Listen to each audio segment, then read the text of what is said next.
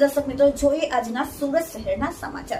સુરત શહેરમાં આજે મનપા કાર્યાલયે ઐતિહાસિક નિર્ણય લેવામાં આવ્યો છે। જે સામાન્ય સભા હતી તેમાં મેયર, શાસક અને વિપક્ષ પક્ષની સાથે આજે જે મુગલી સરાય મનપા કાર્યાલયનું નામ હતું તેનું નામ તાપી ભવન કરવામાં આવ્યું અને મુગલી સરાયના આસપાસના વિસ્તાર હતા તેનું નામ તાપીપુરા કરવામાં આવ્યું અને તેમાં મેયર, શાસક પક્ષ અને વિપક્ષ પક્ષની મંજૂરી આપવામાં આવી। જોઈએ આજે हमारा संवाददाता ते लाइव छे, हमारा कैमरामैन और रिपोर्टर त्यां छे, ते आज मेयर साथे सीधी बातचीत करी रह्या छे। जोए तेनो रिपोर्ट। जी सर साहब, आजनी सामान्य सभा ऐतिहासिक रही, नामकरण थई गयुं तापीपुरा अने तापी भवन। शुं कहेशो? सूरत महानगरपालिका में आज सामान्य सभा में एक ऐतिहासिक निर्णय लेवामां आव्यो छे।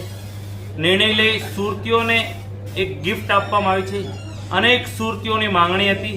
अमारा जनप्रतिनिधि 2 થી 3 थी मांगणी करता था।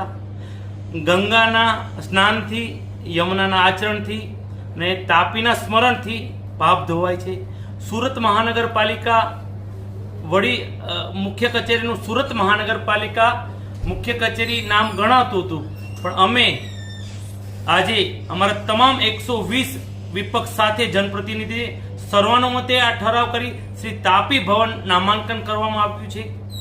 वर्षोथी गुलामीनुं प्रतीक मुगलसराय लोको कहेता हता, त्यारे आज सूरत महानगरपालिकाए बीजी दरखास्त करी अने सूरतनी जे भौगोलिक परिस्थिति, जे भौगोलिक नाम छे ए नाम न भूलाय। धारो के दास्तीपुरा, रामपुरा अनेक पराओना नाम छे।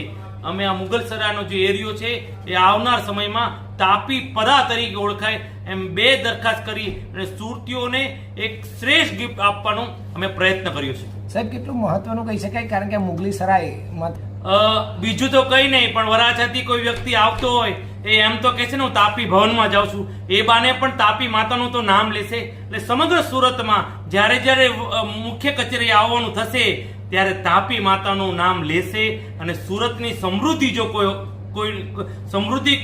સમૃદ્ધિ હોય તો એ તાપી માતાને આભારી છે। એ બાને પણ તાપી માતાનું નામ અચૂક લેવાશે। અને સાહેબ, એક વસ્તુ એક જ કે હવે ખરેખર નામકરણ બદલાયું એટલે આપણે ગુલામીમાંથી મુક્ત થઈ ગયા એવો અહેસાસ થાય। એવો અહેસાસ તો નથી, આ ભાવનાઓની વાત છે।